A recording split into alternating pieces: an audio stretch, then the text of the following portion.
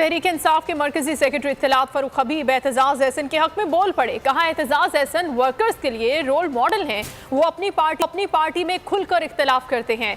नून league और peoples party में बादशाहत है, किसी की जुर्रत नहीं कि इख्तलाफ करे। एतजाज एहसन पर बात करने वाले राना फारूक सईद फैसलाबाद समुंदरी से 10 वोट नहीं ले सकते। एतजाज एहसन के लिए पार्टी में दरवाजे खुले हैं, वो जब चाहें शामिल हो सकते हैं।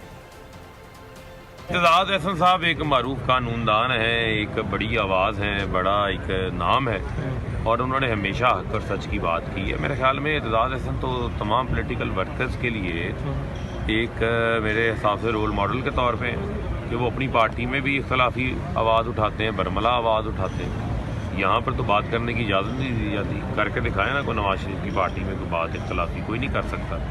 वहाँ पर तो गुलामी दर गुलामी है, ऐसे ही जरदारी की पार्टी में गुलामी दर गुलामी है।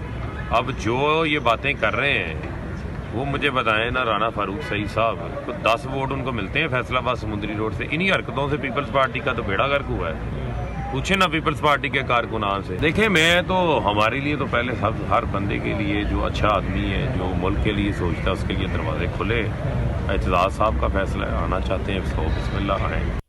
और यहाँ आपको बताएं कि नैब तरामीम के जरिए बच